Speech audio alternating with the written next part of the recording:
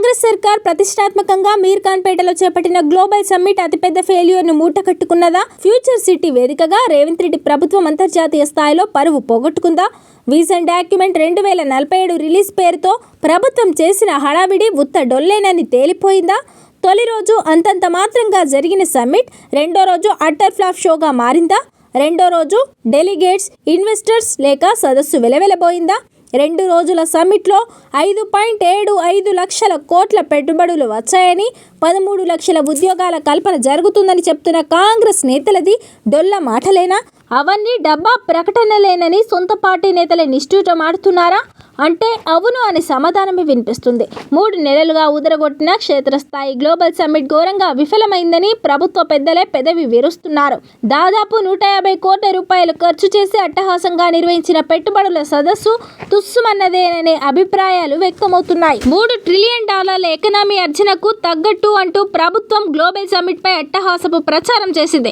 ముఖేష్ అంబానీ, అదానీ, మిట్టల్, ఒబేరాయ్ వంటి పెద్ద సంస్థల దిగ్గజాలు హైదరాబాద్కి తరలి వస్తారని సీఎం కార్యాలయం అధికారిక ప్రకటనలు, అనాధికారిక లీకులతో బోంబాట్ చేసింది.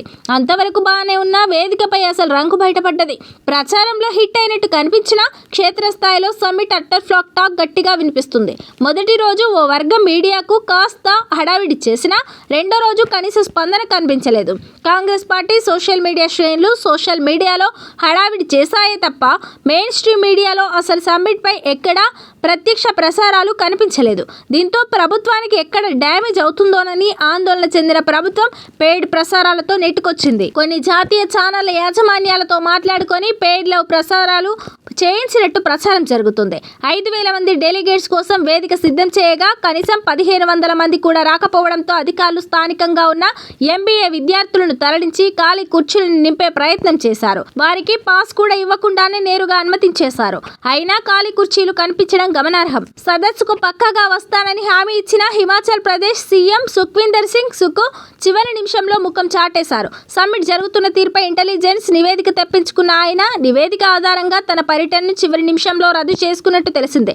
వాస్తవానికి ఆయన తెలంగాణ ప్రభుత్వంతో విద్యుత్ కంపెనీల ఒప్పందం చేసుకోవాల్సి ఉంది. కానీ తాను వెళ్లి ఒప్పందాలు చేసుకునేంత గొప్ప స్థాయిలో సమ్మిట్ జరగడం లేదనే నివేదికతో సుఖ్వీందర్ సింగ్ సుఖు మనసు మార్చుకున్నట్టు విశ్వసనీయంగా తెలిసింది. 2 రోజులుగా జరిగిన గ్లోబల్ సమ్మిట్ లో 5.75 లక్షల కోట్ల పెట్టుబడులు వచ్చాయని, 13 లక్షల మంది యువతకు ఉపాధి లభిస్తుందని డిప్యూటీ సీఎం బట్టి విక్రమార్క, ఐటీ మంత్రి దుద్దిల శ్రీధర్ బాబు గొప్పగా ప్రకటించారు.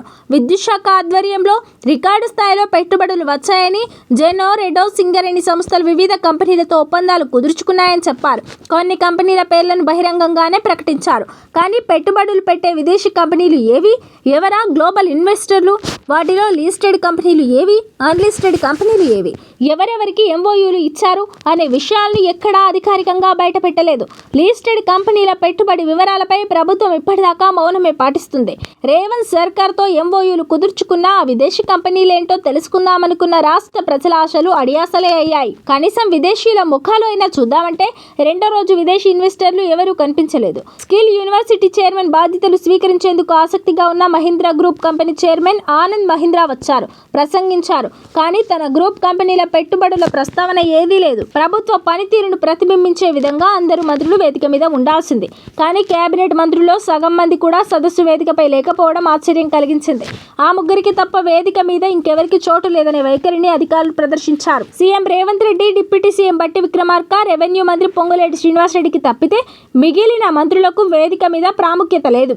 జిల్లా ఇన్ఛార్జ్ మంత్రికే ప్రాముఖ్యత కలిగిన సీటు లేదు. పరిశ్రమల శాఖ మంత్రికి సైతం వెనుక తొక్కులే తొక్కారు. వేదిక మీద ఆయన ఉనికి అంతంత మాత్రమే. కొందరు మంత్రులను కేవలం వారి శాఖల వరకు మాత్రమే అనుమతించారు.